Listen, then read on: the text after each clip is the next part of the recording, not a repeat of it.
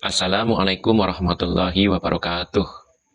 Anak-anak Bapak yang Bapak cintai, pada kesempatan kali ini kita akan membahas materi yang merupakan rukun iman yang keempat, yaitu meyakini Nabi dan Rasul Allah Subhanahu wa Ta'ala, agar menjadi generasi digital yang berkarakter. Nah, pada video kali ini kalian akan bisa untuk menyimak tentang materi tersebut. Kaum muslimin melaksanakan sholat bersama di masjid.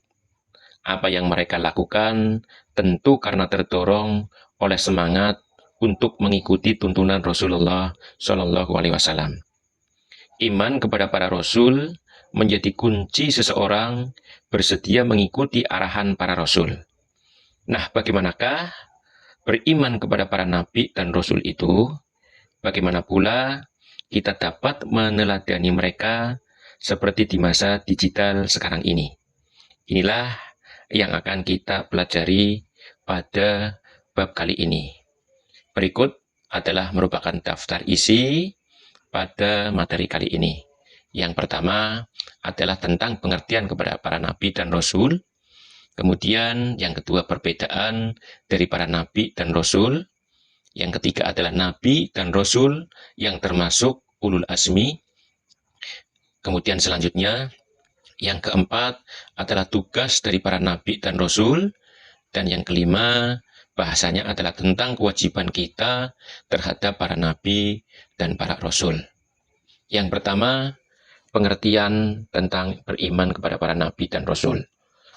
Pengertian iman kepada para nabi dan rasul. Iman kepada Nabi dan Rasul Allah adalah salah satu rukun iman yang mewajibkan seluruh umat Islam untuk meyakini bahwa Allah mengutus Nabi dan Rasul-Nya, yaitu untuk menyampaikan wahyu dan petunjuknya kepada umat manusia. Kemudian yang kedua, perbedaan dari para Nabi dan Rasul. Nabi adalah orang yang dipilih oleh Allah untuk menerima wahyu, tetapi tidak punya kewajiban untuk menyampaikan wahyu tersebut kepada umatnya. Sementara Rasul adalah Nabi yang diperintahkan oleh Allah untuk menyampaikan wahyu dan mengajak umatnya untuk beriman kepada Allah Subhanahu wa Ta'ala. Kemudian yang ketiga, yaitu tugas para Nabi dan Rasul ulul azmi.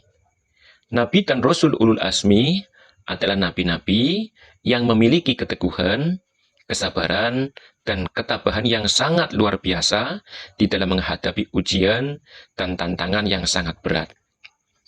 Selanjutnya adalah yang keempat, tugas dari para Rasul ulul azmi. Rasul ulul azmi terdiri dari yang pertama, Nabi Nuh alaihissalam. Kemudian, Nabi Musa alaihissalam. Yang ketiga adalah Nabi Ibrahim alaihissalam. Yang keempat, Nabi Isa alaihissalam. Dan yang terakhir, Nabi kita, Nabi Muhammad Shallallahu Alaihi Wasallam.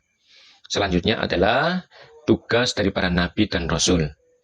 Tugas Nabi dan Rasul yang pertama adalah untuk menyampaikan wahyu dari Allah Subhanahu Wa Taala kepada seluruh umat manusia. Kemudian yang kedua adalah untuk mengajak umat di dalam menyembah kepada Allah Subhanahu Wa Taala. Yang selanjutnya, yang ketiga, untuk memberi teladan hidup ke arah yang lebih baik. Kemudian yang keempat, untuk menjadi pembimbing dalam kebenaran dan keadilan. Selanjutnya adalah kewajiban kita sebagai umat Islam terhadap para nabi dan rasul-rasul Allah. Yaitu yang pertama, dengan kita meyakini dengan sepenuh hati, dengan penuh keyakinan tentunya. Yang kedua, menghormati dan mencintai para nabi dan rasul-rasul Allah. Yang ketiga, meneladani akhlak dan perilaku dari para nabi dan rasul Allah. Kemudian selanjutnya adalah dengan membaca dan mempelajari kisah hidup dari para nabi dan para rasul. Jadi kesimpulannya, iman kepada para nabi dan rasul adalah merupakan rukun iman yang wajib diyakini oleh setiap muslim.